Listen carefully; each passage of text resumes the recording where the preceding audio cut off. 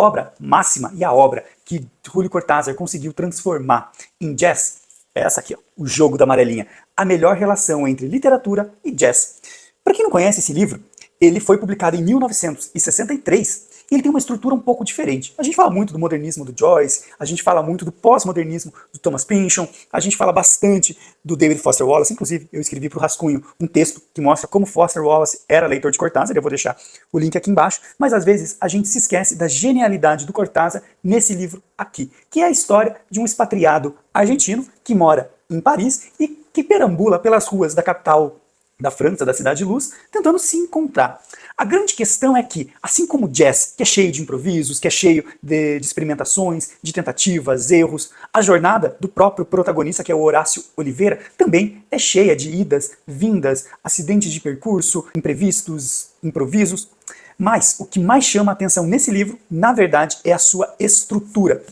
Por quê? Porque você pode ler o livro de uma maneira natural, como muito bem explica aqui essa nota do próprio Cortázar, que você pode ler o livro como um romance do capítulo 1 ao 56, ou você pode ler ele assim, ó, aleatoriamente, como também indica aqui o próprio Cortázar, a partir do capítulo 73, e você vai seguindo essa tabela aqui, ou ainda, você pode ler cada um dos capítulos de uma forma completamente aleatória e até solta, como se eles fossem contos. Ou seja, o Jogo da Amarelinha, ele não é um livro só, ele tem muitos livros dentro dele. E aquilo que seria um romance se desdobra em muitas histórias, em muitas construções da vida do Horácio Oliveira. Uma coisa interessante é, durante a escrita do Jogo da Amarelinha, o Cortázar deixava esses capítulos espalhados pelo chão da sala, da casa dele, do apartamento dele em Paris, justamente para conseguir entender como que essa aleatoriedade ia conseguir funcionar na literatura, ia conseguir funcionar no livro.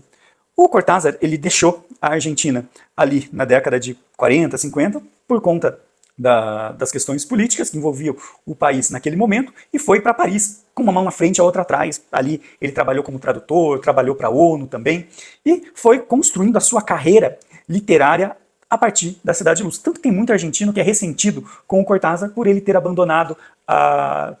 Argentina, a sua Buenos Aires, e ter se transformado num escritor expatriado, num escritor argentino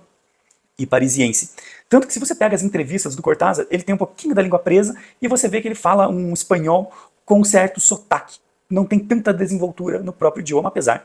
de, obviamente, falar muito bem e escrever muito bem no seu idioma natal, na sua língua mãe.